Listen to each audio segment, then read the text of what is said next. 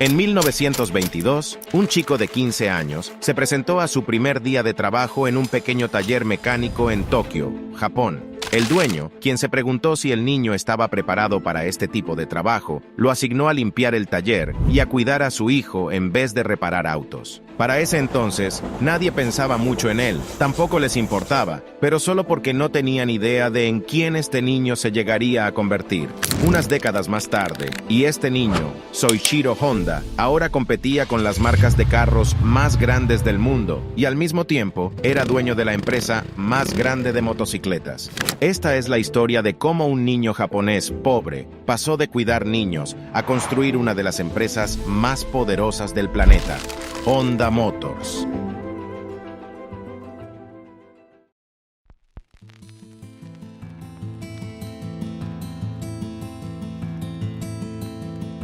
La historia comienza en 1906, en un pequeño pueblo asolado por la pobreza llamado Tenryu Shizuoka, al pie del monte Fuji. Fue ahí donde Gihei Honda y su esposa dieron la bienvenida a su primer hijo, Soichiro Honda. El padre de Soichiro era un herrero local del pueblo que también arreglaba bicicletas como segundo trabajo, mientras que su madre era tejedora.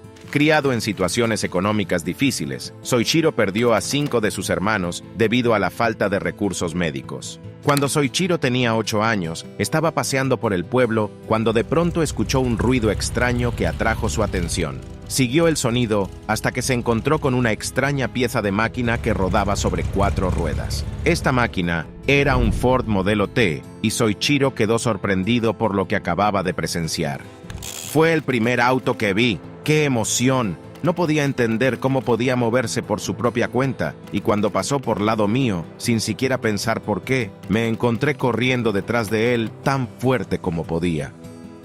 Esta experiencia dejó una marca en su vida que cambiaría para siempre la forma en que miraba las máquinas. Aprendió a utilizar las cuchillas de la maquinaria agrícola y a reparar bicicletas. Estaba fascinado por todo tipo de aparatos y motores. Pero Soichiro odiaba la idea de ir a la escuela y en lugar de buscar una educación adecuada, pasó la mayor parte de su infancia ayudando a su padre a reparar bicicletas. Su falta de interés en la escuela afectó sus calificaciones tan terriblemente que utilizó un pedazo de goma que encontró para falsificar el sello de su familia en su reporte de notas. De esa manera su padre no tendría que firmar y ver sus malas calificaciones. Finalmente no tuvo tanta suerte y fue atrapado. Su padre lo castigó poniéndolo de rodillas y se quedó ahí durante un día entero sin siquiera almorzar.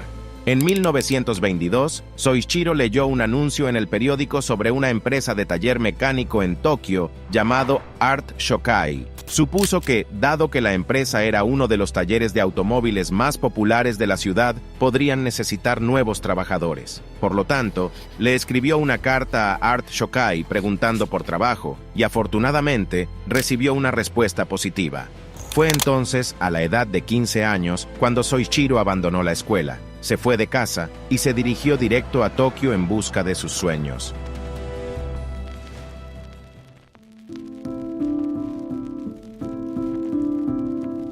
Cuando Soichiro llegó a Tokio, se asombró al ver lo rápida y diferente que era la vida de la ciudad, en comparación con el pueblo del que venía. Cuando llegó al taller, el dueño de la tienda, Yuzo Sakakibara, ya tenía un trabajo preparado para él: cuidar a su pequeño hijo. Soichiro se decepcionó al ver que durante los siguientes meses, apenas ganando dinero y las únicas tareas laborales que le asignaban era cargar a un bebé bajo su espalda. La única razón por la que decidió quedarse fue por vergüenza de volver a casa como un fracasado y enfrentarse a sus padres. Con el paso del tiempo, el dueño no pudo mantener la gran demanda de su negocio de automóviles, por lo que finalmente llamó a Soichiro para que lo ayudara.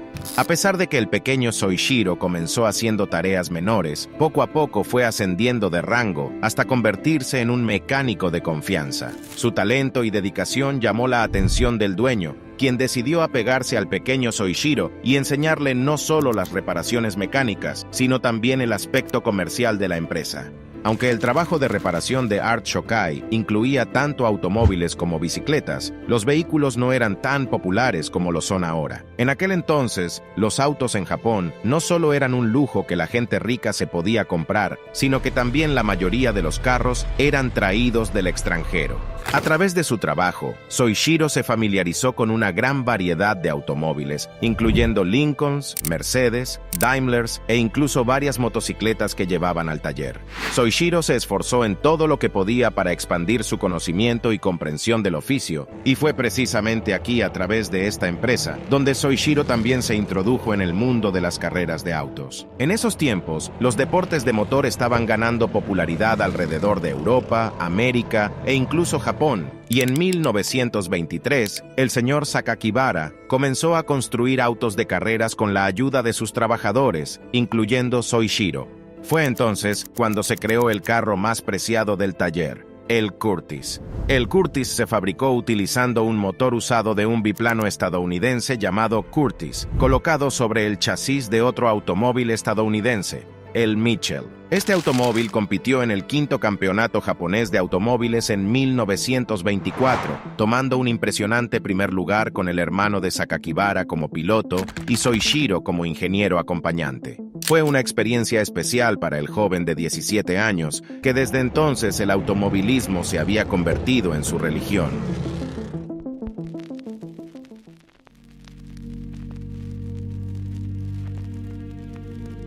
En 1926, Soichiro fue reclutado para el servicio militar de Japón, pero no pasó los exámenes médicos ya que revelaron que era daltónico, por lo que fue excluido del ejército y pudo seguir trabajando en Art Shokai. Para 1928, Yuzo Sakakibara quería expandir su negocio, por lo que decidió abrir una sucursal de Art Shokai en Hamamatsu.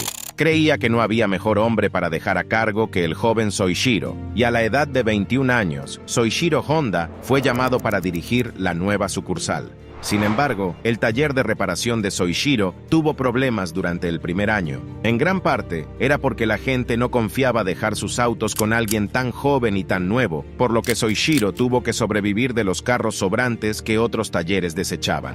Aún así, el joven utilizó todo el conocimiento y habilidades que había adquirido, y con el paso del tiempo, logró crecer su negocio con mucho éxito. Para el año 1930, su nuevo taller pasó de ser un trabajo de un solo hombre a una plantilla de 30 personas. La sucursal creció a un ritmo increíble durante los siguientes años, y con tanto trabajo por hacer, Soichiro tuvo que traer a su esposa para ayudar a administrar la empresa.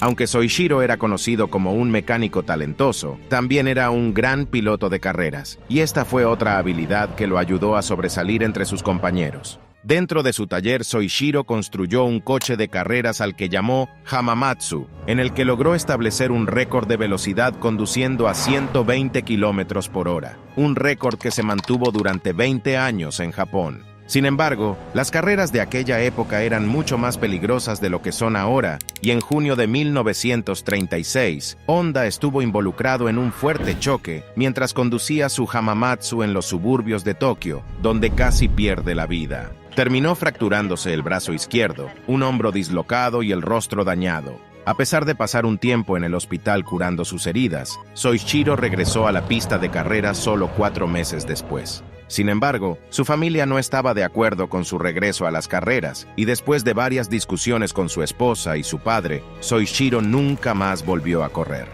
En 1936, Honda se cansó y se aburrió de su trabajo de reparación. Quería hacer algo más, por lo que planeó moverse hacia la fabricación de piezas de automóviles. Propuso convertir la sucursal de Hamamatsu en una compañía separada para este propósito, pero los accionistas de la compañía no estuvieron de acuerdo con él. Los inversores vieron que los pedidos actuales y la carga del trabajo del taller estaban generando suficientes ganancias y no querían arriesgarse con otro negocio que creían innecesario. Debido a esto, Soichiro decidió abrir su propia empresa para fabricar anillos de pistón y fundó el Tokai Seiki Heavy Industry y puso a su amigo más cercano, Shichiro Kato, como presidente de su nueva empresa.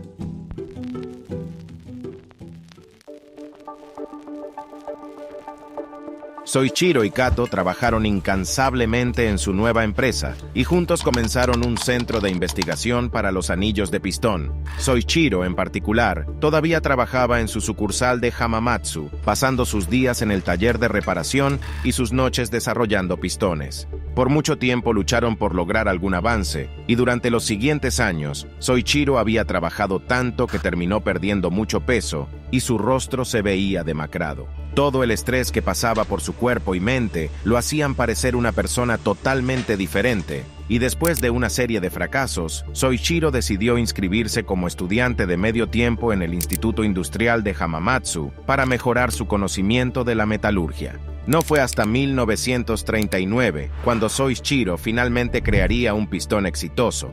Confiado en su diseño, renunció a su trabajo en Art Shokai y procedió a trabajar a tiempo completo en su nueva empresa. Honda comenzó a producir pistones día tras día, pero sus creaciones todavía tenían fallas y les faltaba la calidad necesaria. Toyota se puso en contacto con Soichiro para fabricar pistones para su empresa, y de los 50 que envió, solo 3 pasaron el estándar de Toyota. Fue una gran decepción para Soichiro, pero nunca se dio por vencido. Pasó los siguientes años viajando por Japón, visitando empresas y universidades para mejorar su conocimiento sobre la fabricación de anillos de pistón, y después de haber ganado confianza en su conocimiento y experiencia, Soichiro lo intentó una vez más, y el resultado fue increíble. Sus nuevos pistones no solo pasaron el control de calidad, sino que también comenzaron a recibir pedidos de todo el país, tanto que la empresa pasó a emplear alrededor de 2,000 personas solo para ponerse al día con los pedidos. Las cosas empezaron a verse muy bien para Soichiro y su compañía, hasta que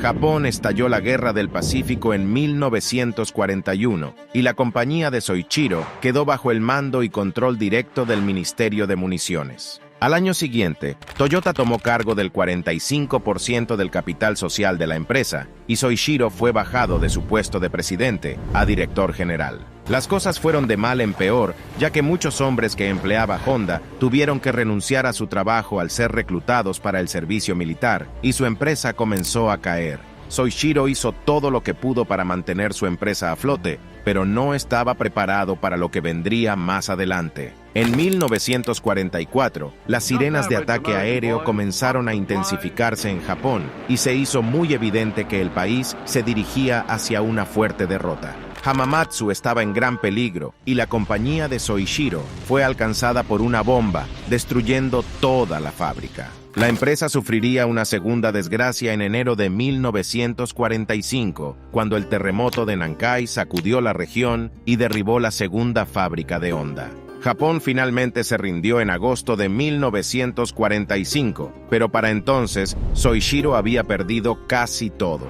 Después de la guerra, Soichiro decidió vender lo que quedaba de su compañía a Toyota por una suma de 450,000 yenes, y anunció públicamente que se tomaría un descanso para pensar sobre el futuro, ya que Japón había quedado en ruinas.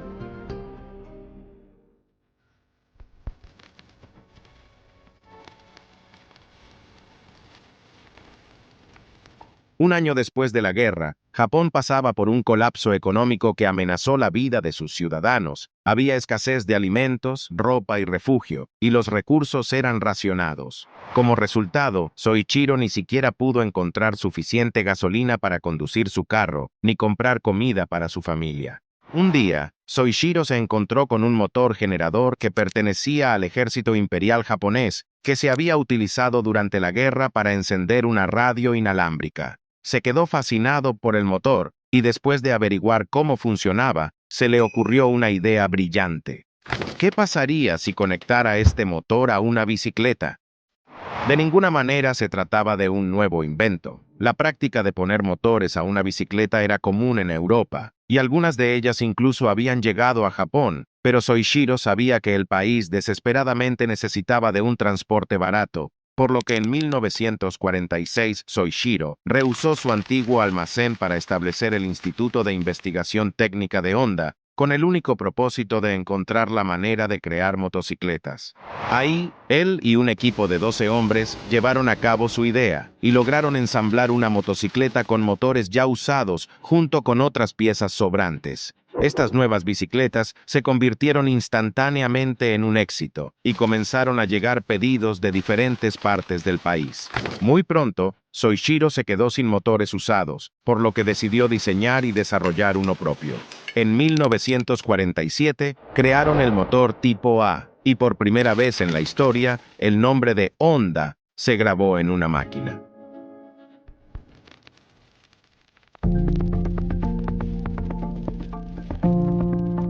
Soichiro fundó la compañía Honda Motor en 1948, con el propósito inicial de construir motocicletas para ayudar a movilizar a los japoneses. El problema ahora era que Soichiro necesitaba más dinero para expandir su producción, por lo que escribió una carta abierta a 18,000 propietarios de tiendas de bicicletas en Japón, diciéndoles que había encontrado una solución para que el país volviera a movilizarse. De las 18,000 tiendas a las que escribió, recibió 3,000 respuestas positivas y ellos le proporcionaron a Honda el dinero que necesitaba para hacer sus primeros envíos. Un año más tarde, la compañía creó su primera motocicleta completa, el modelo D. Aunque el modelo D fue un gran logro para Honda, era demasiado grande y pesado para su tiempo, por lo cual solo unas pocas personas llegaron a comprar la moto. Soichiro no estaba satisfecho con esto, así que desmontó la moto y trabajó muchas horas para hacer otra moto más pequeña y ligera. Después de 3 años de prueba y error, Honda logró construir otra motocicleta, al que la llamó el Super Cube. El Super Cube ganó ventas instantáneas y fue tanto el éxito en el país que ganaron el premio del emperador. Honda también unió fuerzas con el inversionista Takeo Fujisawa, quien le proporcionó el capital que necesitaba, así como estrategias financieras y de marketing. Esta asociación se convirtió en la base fundamental sobre la cual Honda Motor se construyó. El Super Cube llegó a los Estados Unidos en 1958 con un precio de apenas $295, que era una cuarta parte del precio de las otras motocicletas estadounidenses, y gracias a las tácticas de marketing e ingeniería de la empresa, superó en ventas tanto a Triumph como a Harley Davidson en sus respectivos mercados locales. Pero para entonces, Soichiro también había expandido su marca de motos al mundo de las carreras. Las carreras en ese entonces eran más que un deporte, era la plataforma más grande en donde las empresas podían mostrar sus automóviles y motocicletas al resto del mundo. Soichiro viajó por todo el mundo para ver estas carreras, estudiando y examinando todas las motos de sus competidores. De hecho, a lo largo de su carrera en la pista, cada vez que uno de sus competidores establecía un récord, Honda se llevaba esta información a casa y se esforzaba por superarla. Fue esta actitud la que llevó a las motos de Honda de un terrible y decepcionante primera carrera internacional en 1954 a ganar el premio por equipo en el TT Isla de Man en 1959, la carrera de motos más grande del mundo. 2 años más tarde, Honda volvería a ganar en el TT Isla de Man y su éxito en la pista puso el nombre de Honda al mundo entero. Para la década de 1960, Honda se había convertido en la compañía de motocicletas más grande del mundo. Después del lanzamiento del Honda Dream en 1949, habían producido un total de 10 millones de motos para 1968. Sin embargo, convertirse en la más grande empresa de motocicletas no era suficiente para Soichiro. Había otro gran sueño que perseguía desde los 8 años, y era nada más y nada menos que entrar en la industria de los automóviles.